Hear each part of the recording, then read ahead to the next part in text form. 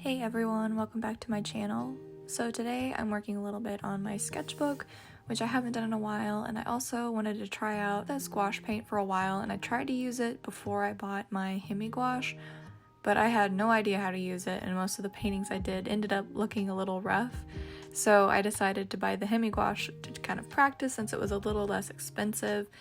And now that I feel more confident in my skills with gouache, I wanted to again go back to using these paints because they are a little nicer, and just again try something different and see how much of a difference it is to use something that isn't the Himi gouache.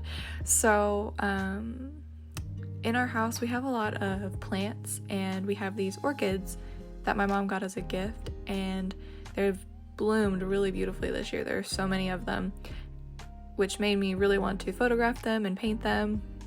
So that's what I'm doing here today.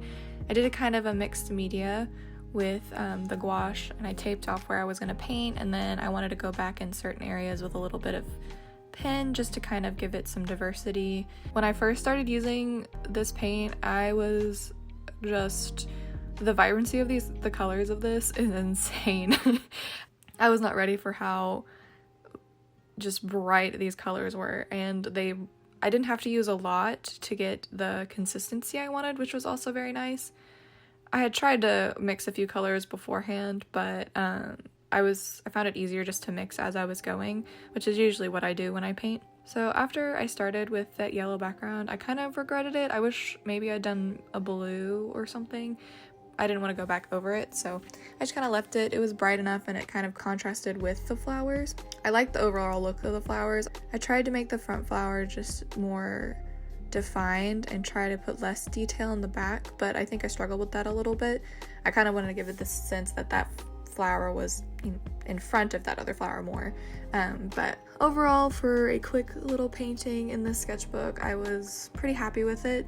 I really love this small Arteza watercolor sketchbook. I've seen so many other people with it on YouTube and everything, and I just wanted it for myself. And every time I use it, I forget I like it so much. Working on a smaller scale is so much harder for me. So I think it's a good thing because it gets me out of my comfort zone, but also I push it aside a lot because I'm like, I want to draw something big, and then I end up not doing anything at all. So, but I would definitely use this gouache again and probably buy more, but I've also been wanting to try out the, I don't even know how you pronounce it. Is it the Holbein? I'm probably butchering the name, but it's the acrylic gouache I've seen a lot of other artists use, and the color consistency with those paints is incredible. So I think that may be my next go-to new item, but it's gonna have to wait a while.